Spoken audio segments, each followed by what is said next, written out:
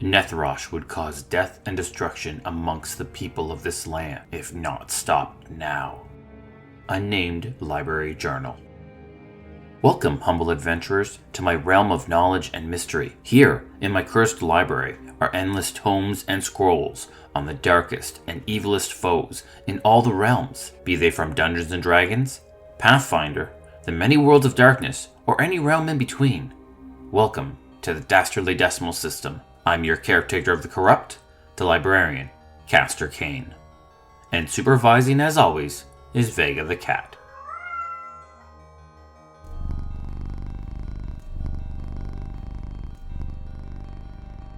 In 1925, radio was sweeping the nation. Everyone could listen to news, music, sports, and even daring heroic tales right in their own home. However, the appeal was not universal. There existed a group known as radiophobes who feared the unseen radio waves. Could these waves damage a person's body or corrupt their mind? To most people, this seemed insane, but to the folks of Rosebridge, Pennsylvania, this was a terrifying fact. For today's topic, I have brewed a pot of licorice tea. It's tea made from dried licorice roots, known for helping with ooze, ichor, and mucus output. I picked it up in a small, unheard of town known as Pittsburgh? Sit down and have a cup as we talk about the eldritch abomination known as Nethrosh.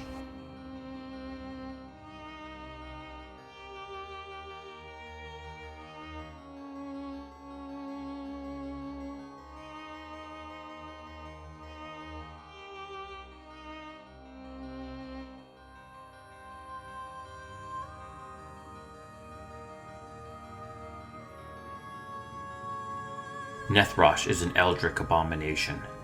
It is a 10-meter long form of horrid, writhing midnight flesh.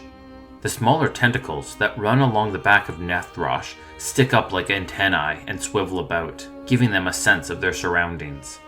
Ooze, mucus, and ichor drip off the form with each twitch and slither a tentacle does. In its center is a 2-meter high maw filled with repulsive teeth and putrid, sticky acid to aid in Nethrosh's digestion. The pile of horrid flesh seems to constantly shift and undulate, but Nethrosh cannot move. Instead, vine-like tentacles grab and pull their victims towards it for consumption. A single glimpse of Nethrosh will forever damage a person. Their sanity will be ruptured as their brain struggles to understand what it sees before it. Nethrosh is far from natural, and your body knows it, and your body fears it. Your body will be filled with an urge to destroy, or, and far more likely, an urge to flee. For those foolish enough to fight it, Nethrosh will use its vine-like tentacles to grab foes, smash them against walls or floors, or even pull them close in order to consume them.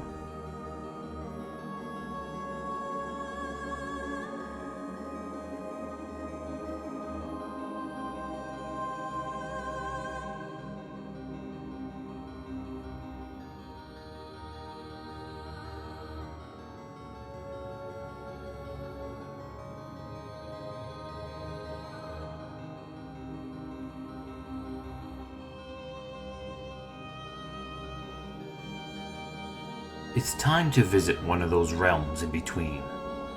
Once again, we find ourselves transported to the fearsome and terrifying realm of E-arth. This is a malicious realm where greed, bigotry, and hate thrive. Earth is so frightening that there are countless splinters of it. There are western splinters filled with monsters and magic known as the Deadlands. There are other splinters filled with caped heroes, colorful villains, and mutants and masterminds. The splinter we look at is a glimpse into their past, to a splinter haunted by the eldritch horrors. These ancient creatures, older than time, infect the populace with madness and insanity. Chief among them is the Great Old One, whose cultists thrive as they hear the Call of Cthulhu. Discussing the origins of the Elder Gods and their abominations is never an easy task, or a safe one. The very nature of the Elder Gods means that the more you learn of them, the more susceptible to madness you are. And while few librarians think of themselves as sane, I would like to keep what little remaining sanity I have exactly where it belongs. Deep in the state of Pennsylvania, an hour outside of Pittsburgh, lies the small town of Rosebridge. 2 miles from the town is a forest that houses the Black Cider Caves. For centuries, Nethrosh has been slumbering in those caves. He would awaken, emit a sound akin to a low static, and, with no response, would feed on a nearby animal before returning to its slumber. This routine changed, however, when it awoke in the 1920s. Nethrosh awoke, emitted his low static sound, and was prepared to return to sleep when he realized that humans had finally invented a device that could hear him.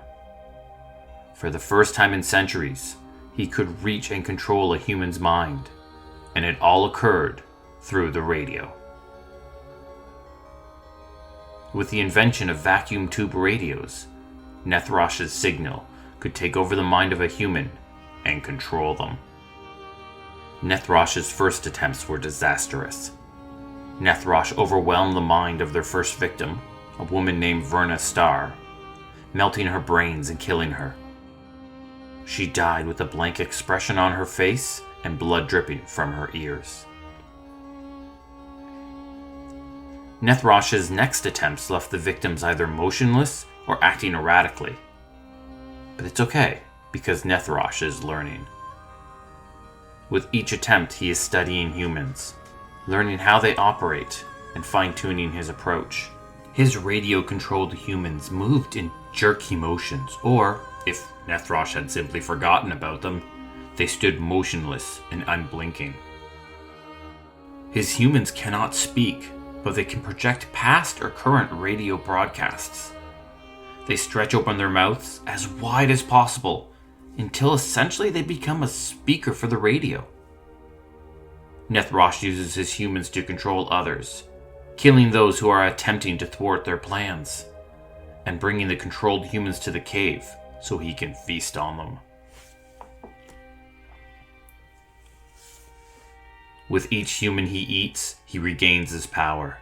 The stronger he is, the further across the country his controlling signal can go. Once he gains enough power, the entire world will be under his control.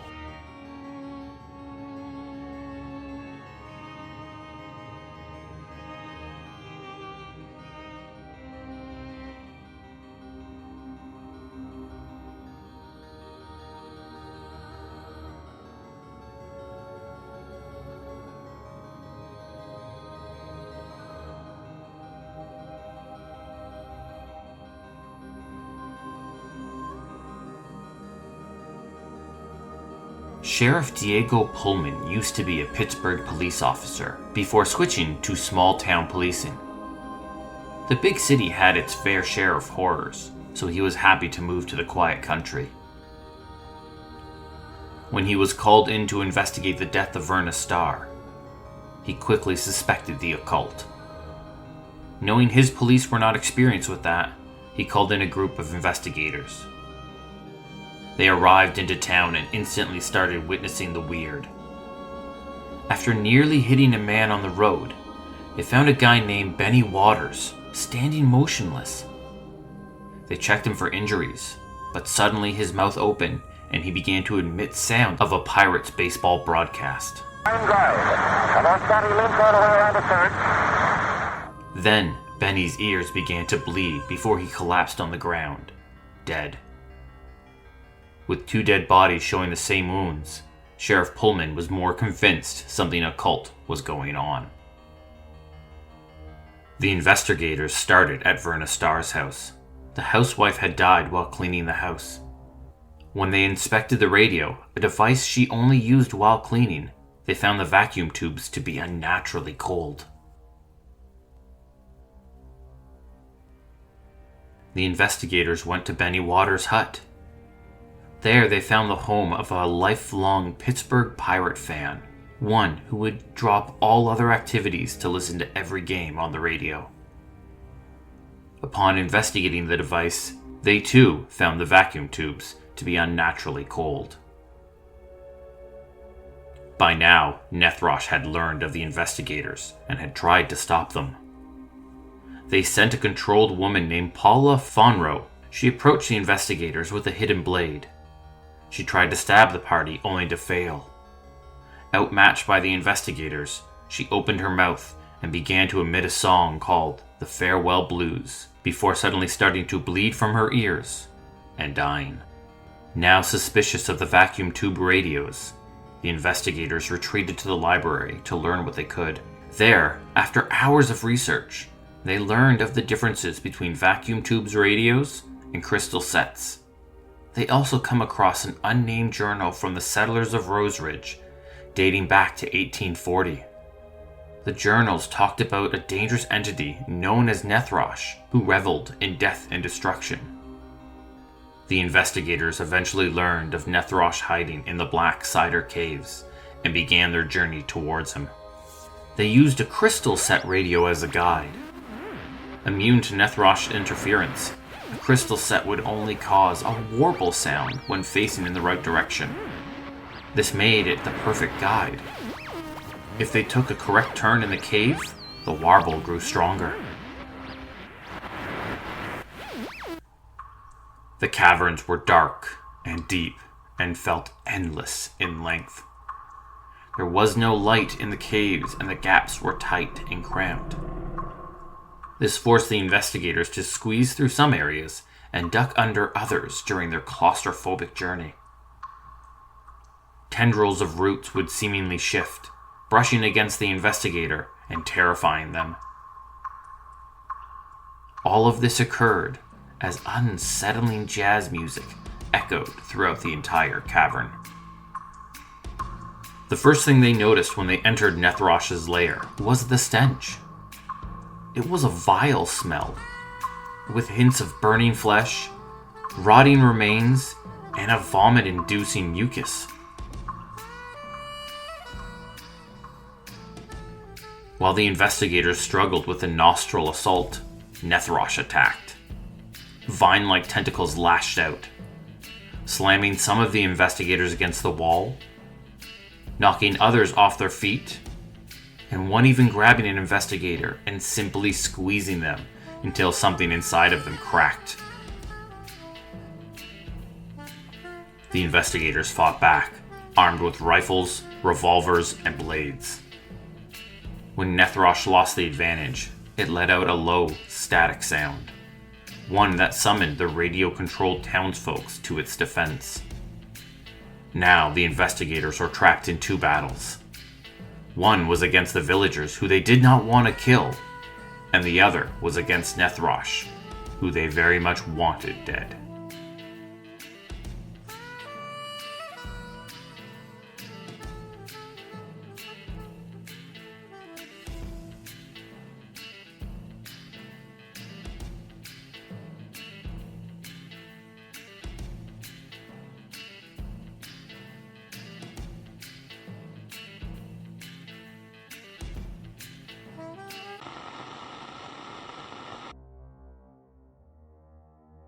When the final shot rang out, and Nethrosh was defeated, all of its tentacles went limp, and black ichor seeped from the cracks in Nethrosh's flesh.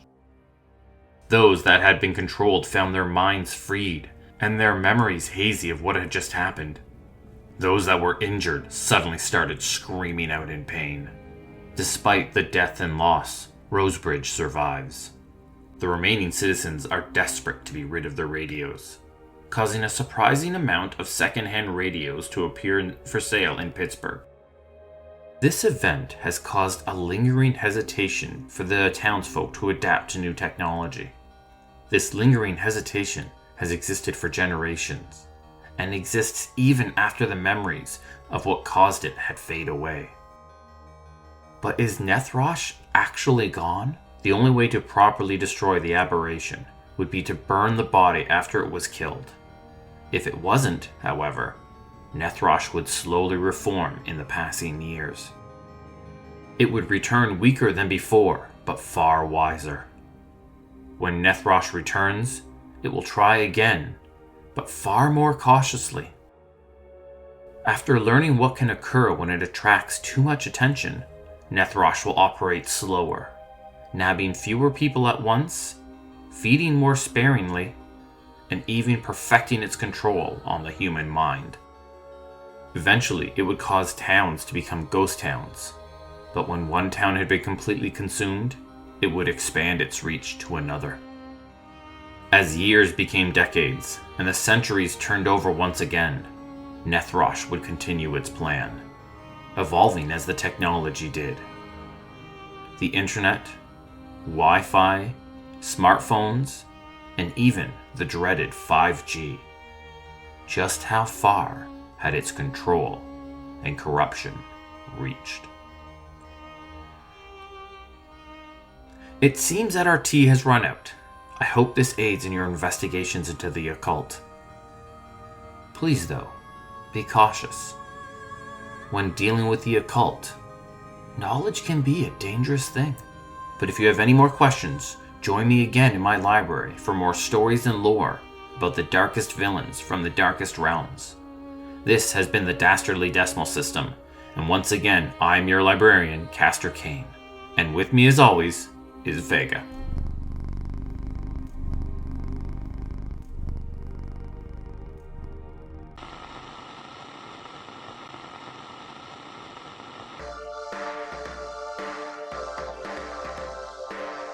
Do you love the Dastardly Decimal System and want to support us?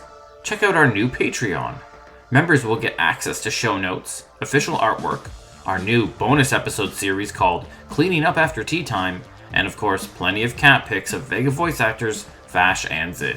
You'll even be able to suggest a topic for future episodes. Check it out at patreon.com/Dastardly Decimal System. If you're not financially able and still want to support us, suggest the show to a D&D loving friend. It really helps us get noticed. The Dastardly Decimal System can be found on Twitter, Instagram, Facebook, TikTok, and now Blue Sky at DD System Podcast. That's Delta Delta System Podcast. Drop us a message and say hi. Vega always loves the attention. This podcast was produced by Midnight Reading Audio, a division of Midnight Reading Publishing. The voice of Castor Cain is Larry Gent. Hi. The voice of Vega is provided by my cats, Vash and Zid. Music was Alone with the Darkness by Lee Robinson from Pixabay.com, licensed under the Creative Commons. Today's adventure, Radio Killed Furnace Star. This was done by author Michael Schall. Thank you, and have a wonderful, wonderful day.